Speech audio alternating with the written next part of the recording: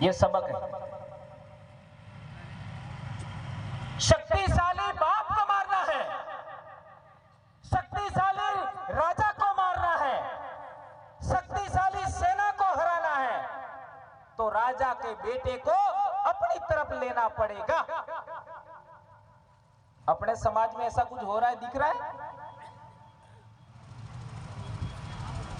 आगे समझ में आएगा। रामायण पढ़ो, रामायण में एक सबक है। रावण बहुत शक्तिशाली राजा था, बहुत शक्तिशाली। उसके भाई को उनकी तरफ मिला लिया।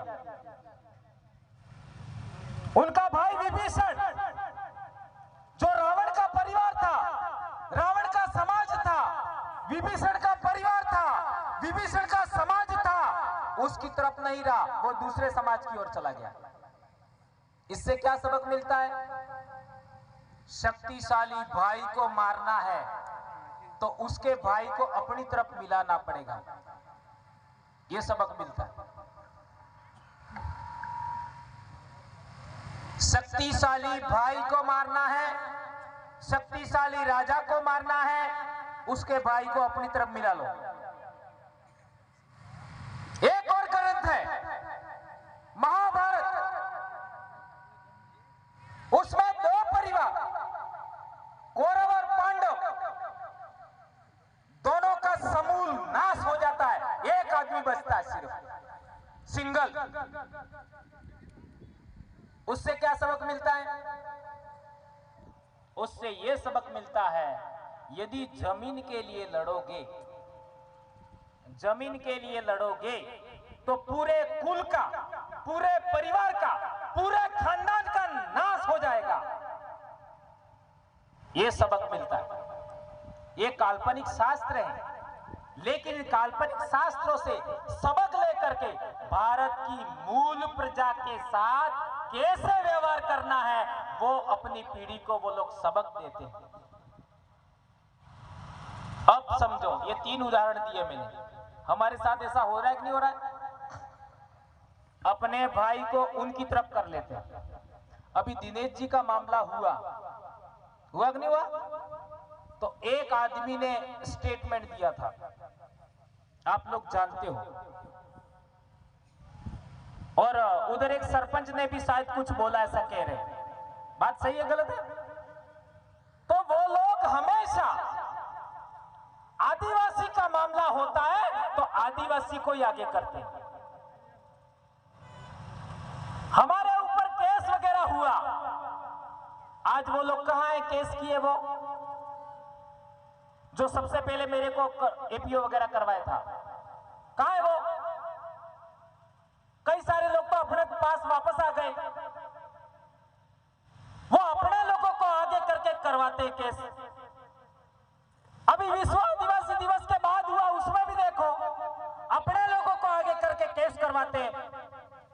ये केस करवाने वाले, करने वाले अपने होते हैं, करवाने वाले दूसरे होते हैं। अब बताओ, वो धर्मशास्त्र का जो मामला है वो आज इंप्लीमेंट हो रहा है कि नहीं हो रहा है? लागू हो रहा है कि नहीं हो रहा है?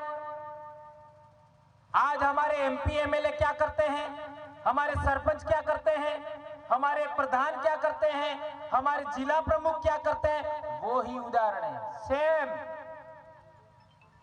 एक आदमी को बड़ा करो, उनका सिद्धांत समझिए। एक आदमी को बड़ा करो, जितना पैसा लूटना है लूट ले, जितनी जमीन खरीदनी है खरीद ले, जितना सोना चांदी खरीदना खरीद ले, तेरे को हम बचा लेंगे, लेकिन तू समाज की बात मत करना। लेकिन तू समाज की बात मत करना।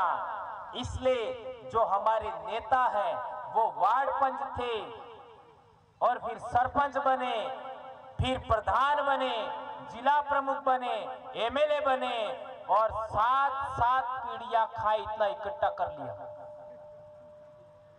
कई सारे नेताओं के, कई सारे प्रधानों के, कई सारे पूर्व नेताओं के जयपुर में भी बंगले हैं, उदयपुर में भी बंगले हैं, डूंगरपुर में भी बंगले हैं, गांव में भी बंगले हैं और रोडों पर कई सारे पेट्रोल पंप हैं, कई सारी होटलें हैं। ये पैसा किसका है? किसका है पैसा? आपका पैसा है, आपका पैसा है। वो पैसा आपके ऊपर खर्च किया होता तो आज आप हैंडपंप के लिए इतना परेशान नहीं होते, आज आप सीसी रोड के लिए परेशान नहीं होते। ट्राइबल एडवाइजरी काउंसिल में प्रस्ताव पारित हुआ होता कि आदिवासियों का बजट है वो केवल आदिवासी पर खर्च होगा, ऐसा प्रस्ताव लिया होता, ऐसा इंप्लीमेंट किया होता तो आपके गांव में कहीं सीसी रोड की कमी नहीं रहती, आपके खेत खलिहान कच्चे नहीं रहते, पक्के हो जाते। लेकिन आपका जो बजट था वो कहीं गैर आदिवासियों के गांवों में खर्च कर दिया, कहीं मंदिरों में खर्च कर दिया। ये आपका बेणेश्वर में घाट बन रहे, वो किसके पैसे से बन रहे? आदिवासियों के बजट से बन रहे हैं। वो परकोटा बना है, आदिवासी के बजट से बना है। और वहां एक टीलू करवाना 10 रुपया कौन लिए? थोड़ा सोचो, एक टीलू करवाना 10 रुपया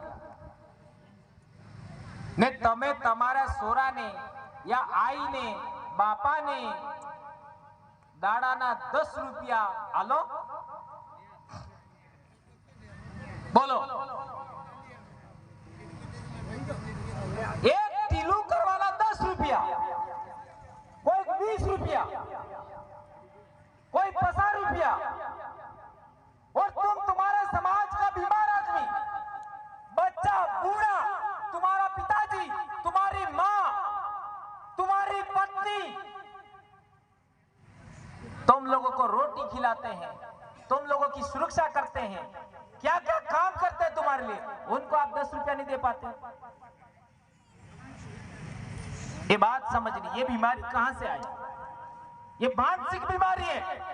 उस मानसिक बीमारी का इलाज करने के लिए हम इतना बड़ा जन जागरण कर रहे हैं। और मेरे को पता है, क्या पता है कि हमारा कुछ होने वाला नहीं है। समाज का जागरण सही दिशा में चला, कुछ भी होने वाला नहीं है। कहते हैं कि पहली पीढ़ी है वो गोलियां खाएगी, कालीबाई ने गोली खा ली। दूसरी पीढ़ी जेल जाएगी और आज हमारे आसपास के लोग जेल जा रहे हैं। और तीसरी पीढ़ी राज करेगी, ये ध्यान रखो। पहली पीढ़ी गोलियां खाएगी, कालीबाई और नानाभाई खाट ने गोलियां खाई। दूसरी पीढ़ी जेल जाएगी और आज की तारीख में हमारे काकरी डुंगरी में देख लो, हुआ जेल। रतलाम में हमारे जैस के कार्यकर्ताओं को जेल हुई, लेकिन मैं गारंटी देता हूं यही पीढ़ी राज करेगी। लिख लो आज, लिख लो आज, यह पीढ़ी राज करेगी, ये मैं गारंटी देता हूं। और मैं नौकरी रही या ना रही, मैं कभी चुनाव नहीं लड़ूंगा, कभी नहीं लड़ूंगा। बोलता रहूंगा, लिखता रहूंगा, आपको प्रशिक्षण देता रहूंगा। लेकिन एक काम करना, मैंने कहा वो इतिहास से सबक सीखना और सबको साथ लेकर के चलना, सबको साथ लेकर चलना। ना यो आविजा है तो मोह वाहे रह जाए, ये सोच मत रखना। ये ताकतवर आदमी है, इसकी उपस्थिति में मैं पीछे रह जाऊंगा, ऐसा करके दूसरे आदमी को हेट मत करना, नफरत मत करना, पीछे मत धकेलना। मेरा उद्देश्य रहा है कि मेरे से कम उम्र वाले बच्चे मेरे से ज्यादा लोकप्रिय हो, मेरे से बड़े लीडर हो, मेरे से आगे जाएं, ऐसा मैं सोचता हूं। यही आपको करना होगा। यदि आप ऐसा सोचेंगे कि मेरे से कम उम्र वाले लोग हैं वो मेरे पीछे ही रहेंगे, तो आप पीछे हो जाओगे, आप पीछे हो जाओगे, ये ध्यान रखना। क्योंकि ये मैं होने नहीं दूंगा, होने नहीं दूंगा। ये बहुत बड़ा सिद्धांत याद रखना होगा। हम लोग संगठन में काम करते थे तो हमको ट्रेनिंग में मिलती थी। उस ट्रेनिंग के अंदर एक अहम बात बताई गई थी। अहम बात, क्या बात कही गई थी? यदि आप मरने के बाद भी जिंदा रहना चाहते हो, यदि आप समाज का आंदोलन जिंदा रखना चाहते हो, यदि आप पूर्वजों की विचारधारा जिंदा रखना चाहते हो, तो अपने से 10 साल पीछे वाले लोगों को अपने जैसा बनाओ। अपने जैसा 10 साल पीछे वालों को। और ये काम बखूबी मैं अपनी जिम्मेदारी से कर रहा हूं। आप लोगों को भी वही काम करना है। आप निर्णय करिए, मेरे से पीछे, मेरे बाद में, मेरे इलाके में 10 साल पीछे कौन सा कार्यकर्ता है, उसको मेरे जैसा बनाना होगा। हम लोग सोचते थे कि हमारे जैसे 10 या 100 लोग हो जाए तो हम लोग कामयाब हो जाएंगे। आज देखो हजारों लोग हो गए। देखिए यहां पर बैठे हुए लोग 2-2 घंटा बोलने लायक बहुत सारे लोग हैं। 2-2 घंटा आपको हिलने भी नहीं देंगे, 2-2 घंटा बोल सकते हैं। लेकिन हमारे पास इतना समय नहीं रहता है। ये जो बात आपको बहुत महत्वपूर्ण मैंने बताई, इसको याद रखिएगा। एक अहम बात, मावजी महाराज को लेकर के बहुत सारी समस्याएं हैं। कई लोग कहते हैं कि ये ब्राह्मण परिवार में पैदा हुए थे, लेकिन मैं बार बार एक सवाल खड़ा करता हूं कि मावजी नाम का आज तक कोई ब्राह्मण नहीं हुआ क्या? इतिहास पढ़ो, सारे शास्त्र पढ़ो, आज तक एक भी मावजी नाम का व्यक्ति पैदा ब्राह्मण नहीं हुआ। सही है गलत है?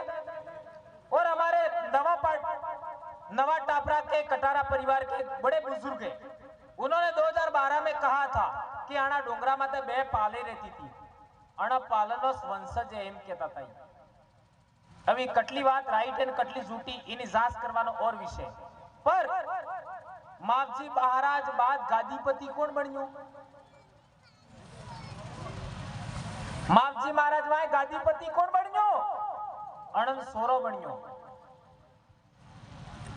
ने अनंत सोरा बाद कौन बन्यो? अनंत वहु बन्यो। ध्यान रखो, मावजी महाराज बाद अनंत सोरो ने अनंत सोरा बाद वहु। अब संस्कृत भाषा वाला लोग हैं, अण में कोई महिला गादीपति बनी सके? कौन बनी सके? वेद, पुराण, उपनिषद, मनुस्मृति, रामायण, महाभारत, इस ग्रंथ वाले जो लोग हैं उनमें कोई महिला गादीपति बन सकती है?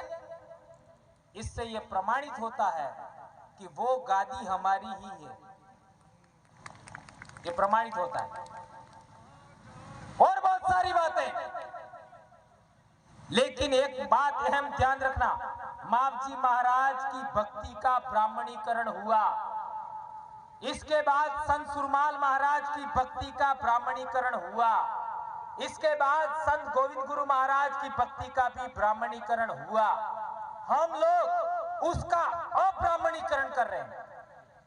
यानी जो मूल था, जो जड़ था, जो वास्तविकता थी, वो बताने का कोशिश कर रहे हैं। उसको हमें समझना है, उसको हमें आगे बढ़ाना है। ये बात कहना चाहता हूं। एक इंपॉर्टेंट बात, जातियां किसने बनाई? हमने तो बनाई नहीं। वर्ण किसने बनाए? हमने तो बनाए नहीं। महिलाओं को ये आजकल वो मामला चल रहा है, ढोल गवार पशु शूद्र नारी सब ताड़न के अधिकारी। ऐसा किसने कहा? हमने तो कहा नहीं। सती प्रथा किसने लागू की? हमारे समाज ने नहीं की। बाल विवाह किसने किया? हमारे समाज ने नहीं किया। विधवा विवाह पर रोक किसने लगाई? हमारे समाज ने नहीं किया। देवदासी प्रथा किसने लागू की? हमारे समाज ने नहीं किया। बेटियां जन्म होने के बाद मार देने का काम किसने किया? हमारे समाज ने नहीं किया। ये बात ध्यान रखो। तो समाज के बीच में समाज को बराबर मानना चाहिए, किसी को नीचा नहीं मानना चाहिए, किसी को नीच नहीं मानना चाहिए, किसी को छोटा नहीं मानना चाहिए, और महिलाओं को गलत नहीं मानना चाहिए, महिलाओं को नीच नहीं मानना चाहिए। ऐसा हमारे समाज के अंदर बिल्कुल नहीं है, लेकिन दूसरे समाज के अंदर है। तो सामाजिक समरसता किसने बिगाड़ी? पहले सोचो। और वो लोग आज हमारे ऊपर कहते हैं कि सामाजिक समरसता बिगाड़ रहे। हम लोगों ने तो राणा प्रताप के जमाने में तुम्हारे ऊपर आक्रमण हुआ, हमने साथ दिया। उस दिन सामाजिक समरसता का हमने उदाहरण दिया था। आज भी हम लोग हमारे इलाके में सामाजिक समरसता को आगे बढ़ा रहे, कमजोर नहीं कर रहे। लेकिन तुम गलत करोगे तो हम लोग तुमको अब अच्छा कहने वाले नहीं है। और पूरे देश में चल रहा है मामला, पूरे देश में इनका विरोध हो रहा है। और विरोध इसलिए हो रहा है कि तुम्हारे पूर्वजों ने लिखा ही गलत है, तो विरोध होगा। ये बात ध्यान रखनी। एक और महत्वपूर्ण बात, शिक्षा। आजकल हमारी शिक्षा बहुत निचले स्तर पर पहुंच गई है। मैं कहना चाहता हूं कि ट्राइबल एम्प्लॉयज फेडरेशन और आदिवासी परिवार के कार्यकर्ताओं को सायकालीन कोचिंग चलानी होगी। सायकालीन कोचिंग नूतन सायकालीन कोचिंग 2 घंटे के लिए दाड़ा बुढ़वा पेलो। 1 घंटा आपको क्या करना है? बच्चों को पाठ पढ़ाना सिखाना है, केवल पाठ। बच्चों को पाठ पढ़ाना सीखना है, पहली से 5वीं तक। और 1 घंटे दूसरे में क्या करना है आपको? एक दूसरे घंटे में टीवी पर आपको बच्चों को वो शिक्षाप्रद जो आपका क्लिप्स होती है, जो आजकल बहुत अवेलेबल है, प्राइवेट स्कूलों में चलती है, वो आपको दिखानी है। यदि हम ऐसा करते हैं तो सरकारी स्कूलों में हमारे बच्चों का पाठ पढ़ने नहीं आता, बहुत सारी समस्याएं हैं, वो सब सॉल्व हो सकती हैं। ये काम हम लोगों को अभी अविलंब आने वाले समय में करना होगा, ये मैं कहना चाहता हूं। एक और महत्वपूर्ण बात, स्वास्थ्य के बारे में। स्वास्थ्य के बारे में हम हर बार बोलते हैं, हम लोगों को व्रत उपवास भूखे रहने के मामले में हम लोगों को नहीं करना है। हम लोगों को 3 के अलावा कोई उपवास नहीं करना है। 20 पौने 20 अटले महिला बल्ले, पौने मटले आदमी बल्ले, और 11, इसके अलावा हमें कोई व्रत नहीं करना है। ये बात हमको ध्यान रखनी है। एक और अंतिम अहम बात, पहले जमाने के अंदर हमारे गांव के अंदर रजवाड़े टाइम में कोई पुलिस वाला आता था, बाहर से सिपाही, तो सबसे पहले किसके घर जाता था? गमेती मुखी के घर, तड़वी के घर, पटेल के घर, उसके घर जाता था। देश आजाद होने के बाद भी पिछले 15-20 साल पहले यही होता था कि पुलिस आती थी, सबसे पहले गमेती के घर आती थी, और क्या कह के जाती थी कि तुम्हारे गांव में फलाना फलाना आदमी है, उसने ऐसा ऐसा अपराध किया है, ऐसी हमारे पास जानकारी आई है, तो आप लोग उसको देखना। फिर गमेती क्या करता? सारे गांव के लोगों को बुलाता और बुला करके फिर जांच करता। क्या करता? प्राथमिक जांच करता। ध्यान रखो, बहुत इंपॉर्टेंट बात है ये। प्राथमिक जांच करता कि उस लड़के ने अपराध किया है या नहीं किया है। फिर क्या करता वो, यदि अपराध किया है तो वो साथ में लेकर के पुलिस के पास जाता और निपटारा करके वापस ले आता, और अपराध नहीं किया है तो वो अकेला जाता थाने में और अकेला जाकर के अपनी बात कह के वापस आ जाता। ऐसा होता था कि नहीं होता था? आज क्या हो रहा है? वो थी रूढ़िगत ग्राम सभा, ध्यान रखो, वो थी रूढ़िगत ग्राम सभा। आज क्या हो रहा है? पुलिस वाला जिसने अपराध किया है, जिसके नाम का एफआईआर कटी है, एप्लीकेशन दी है, डायरेक्ट उसके घर चला जाता है और क्या करता है, कल आ जाना। ऐसा हो रहा है कि नहीं हो रहा है? प्राथमिक जांच कौन करता है आज की तारीख में? पुलिस करती है। पहले प्राथमिक जांच कौन करता था? गांव के लोग करते थे। ये वापस लागू करना होगा। ये लागू करने में बाधा क्या है? ये अहम बात समझो। ये मैंने इसके लिए कहा है। पहले क्या था, गांव में कोई झगड़ा नहीं था, सब झगड़े दूसरे तीसरे दिन खत्म। आज झगड़ा हुआ तो 2 दिन बाद, 5 दिन बाद झगड़ा खत्म हो जाता था। आज क्या हो रहा है? परिवार बंट गया, गांव बंट गया। इस राजनीति वाले लोगों की वजह से आधा गांव कांग्रेसी, आधा गांव बीजेपी, वो कभी एक नहीं हो सकती। चुनाव की वजह से, ध्यान रखो, इस चुनावी प्रणाली ने हमारी ग्राम सभा खत्म की है। इसीलिए हम लोगों ने जनप्रतिनिधि सिलेक्शन प्रणाली बनाई है। इसीलिए हमारा गांव नहीं बटे और ग्राम सभा, रूढ़िगत ग्राम सभा बनाने की प्रक्रिया वापस चालू हो, इसके लिए जनप्रतिनिधि सिलेक्शन प्रणाली बनाई है। क्या होगा? जनप्रतिनिधि सिलेक्शन प्रणाली होगी तो ब्लॉक पावर सेंटर विकसित होगा।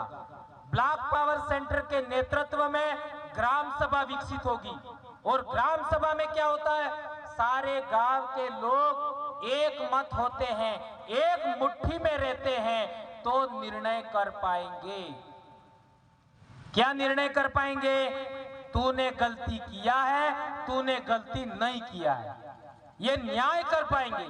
आदिवासी न्याय प्रणाली को वापस लागू कर पाएंगे। जो पिछले 15-20 साल पहले थी वो लागू कर पाएंगे और ये लागू होने के बाद ग्राम सभा का पावर, आर्टिकल 13(3) का पावर वापस चालू होगा और वो वापस चालू होने के बाद तुम्हारे आसपास भी पुलिस नहीं आएगी, तुम्हारे गांव में भी पुलिस नहीं आएगी और किसी को जेल भी नहीं होगी। आज भी डूंगरपुर की हालत देखो, अखबार में आया था 80 लोग की जगह है वो 150 लोग, अखबार में आया। और पिछले दिन एक और बात आई थी अखबार में कि हर दूसरा आदमी आदिवासी का गरीब है, हर तीसरा दलित गरीब है। ये यूएनओ का रिपोर्ट है। और महिलाओं का खून की कमी की तो हालत क्या है, आज जाके देख लो हॉस्पिटल में। बच्चों का वजन देखो, शादी की उम्र में बच्चों का वजन 30-35 किलो, 30-35। ये नीतीश भाई हम दोनों एक जैसे ही आज तक। नीतीश मेरे जैसा ही दुबला है, मैं भी, कोई अंतर नहीं। मेरी शादी हुई थी ऐसा ही था, आज भी ऐसा ही है और कम से कम 10-15 साल तो ऐसा ही रहूंगा, ऐसा ही रहूंगा, गारंटी देता हूं। आज हमारे बच्चों का वजन देखो, इनको क्लास में खड़े करोगे, प्रार्थना के लिए खड़े रखोगे तो थोड़ी देर बाद वो बैठ जाते हैं, अपने आप मूर्छा जाती है। इतनी कमजोरी आई, वो कमजोरी कैसे आई? तुम दारू पीते हो, वो राजनीति वाले लोगों की देन है। तुम्हारे गांव में गरबा आया है, राजनीति वाले लोगों की देन है। तुम्हारे ग्राम में, तुम्हारे गांव में व्रत उपवास दशा माता आई है, राजनीति वाले लोगों की देन है। तुम्हारी ग्राम सभा खत्म हुई, राजनीति वाले लोगों की देन है। तुम्हारा आरक्षण कमजोर हुआ, राजनीति वालों की देन है। SC/ST एक्ट खत्म हुआ, कमजोर हुआ, राजनीति वाले लोगों की देन है। तुम्हारी जमीन छीन रही है, राजनीति वाले लोगों की देन है। तुम्हारे पैसे से उन्होंने बड़े बड़े बंगले बनाए, बड़ी बड़ी गाड़ियां लाए, बड़ी बड़ी होटलें बनाई, पेट्रोल पंप खरीदे, उदयपुर में जमीन खरीदी, दिल्ली में खरीदे, गुजरात में खरीदी, राजनीति वाले लोगों की देन है, तुम्हारे पैसे से। इलाज क्या है? एक ही इलाज है, तुमको ही सिलेक्शन करके ऊपर आदमी भेजना पड़ेगा, कोई इलाज नहीं। आज क्या हो रहा है? सिलेक्शन कहां हो रहा है? दिल्ली, जयपुर। कौन करता है? गैर आदिवासी। हम क्या कह रहे हैं? तुमको ही करना है, तुमको ही करके आगे भेजना है। ये पावर, ये सिलेक्शन का विधान हम लोगों ने बनाया है। और वो सिलेक्शन 1932 में पूना पैक्ट करार हुआ, उसका तोड़ है। 1932 में उन लोगों ने चुनाव प्रणाली लागू होने से पहले, लोकतंत्र लागू होने से पहले आदिवासियों को कैसे हराना है, इसका बंदोबस्त कर दिया था। इतने सालों बाद आदिवासियों को कैसे जिताना है, कैसे मजबूत करना है, उसकी योजना हम लोगों ने बनाई है। उसको कहते हैं जनप्रतिनिधि सिलेक्शन प्रणाली। इसको आगे बढ़ाना है। तो मैंने आपको बहुत महत्वपूर्ण बात बताई कि आदिवासियों में लीडर मारा जाता है, गैर आदिवासियों में लीडर नहीं मारा जाता है। इसलिए उन लोगों ने सोचा, क्या सोचा? कि आदिवासियों को लीडर लेस बना दो, लीडर विहीन बना दो, आदिवासियों को नेतृत्वहीन बनाओ। आज की तारीख में आदिवासी लैक ऑफ लीडरशिप से जूझ रहे। लैक ऑफ लीडरशिप का मतलब होता है नेतृत्व का अभाव।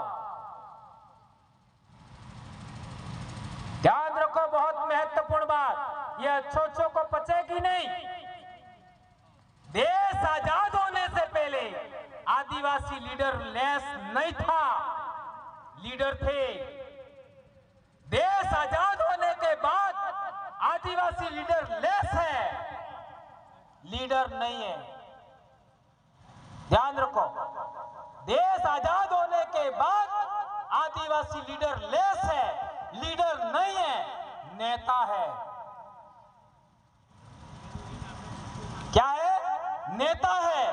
और वो नेता लीडर नहीं है, वो किसी का क्या है?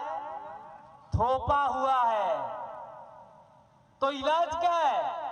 आपको अपना खड़ा करना पड़ेगा, इसके अलावा कोई विकल्प नहीं है। आपने ये बात सुनी, इसको ध्यान में रखिएगा, आगे बढ़ाइएगा। और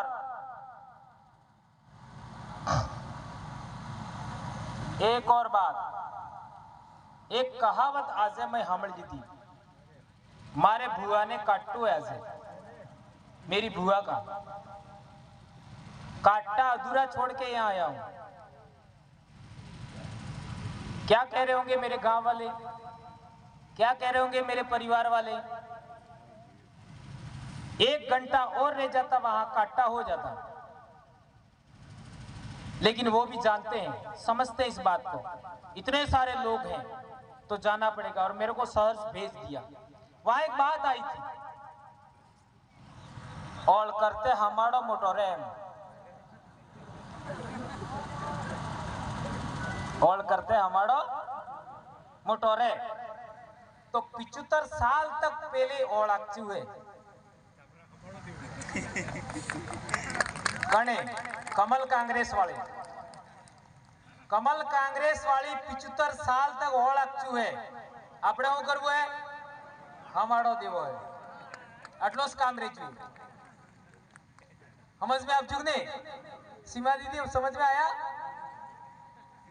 75 साल तक पहले होड़ आचू है આપણે હમાડો દેવો એટલો જ કામ રેચ્યું ठीक है और कभी भी दो आदमी में से एक करना पड़ता है वो बहुत कठिन होता है क्योंकि दोनों एक जैसे होते हैं दो आदमी पहला और दूसरा इन दोनों में से एक करना पड़ता है बहुत कठिन होता है क्योंकि दूसरा इंच भर छोटा कमजोर होता है इंच भर इस मामले में आप लोग ध्यान रखिएगा हमें लड़ना नहीं है और दूसरा जो मान लो पहले का सिलेक्शन हो गया या दूसरे का सिलेक्शन हो गया तो दूसरे को नाराज नहीं होना है आगे भी मुझे मौका मिलेगा ऐसा सोच करके समाज के साथ खड़ा रहना है आप में या फिर कमल कांग्रेस की ओर भाग नहीं जाना है न घर में बैठना है इतना मैं कहना चाहता हूं ठीक है इस बात का आप पालन करेंगे